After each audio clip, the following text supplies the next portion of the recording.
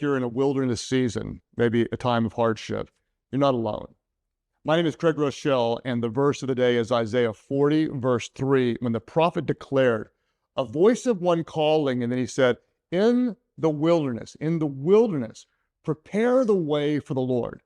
Make straight in the desert a highway for our God.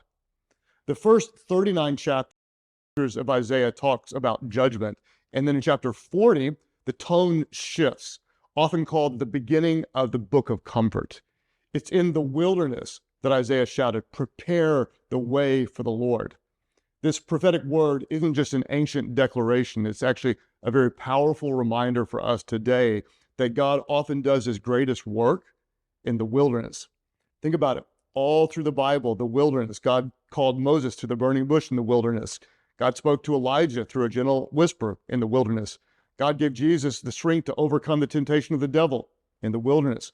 John the Baptist preached the repentance of sin, prepare the way of the Lord in the wilderness. Why? Because God often does his greatest work in the wilderness.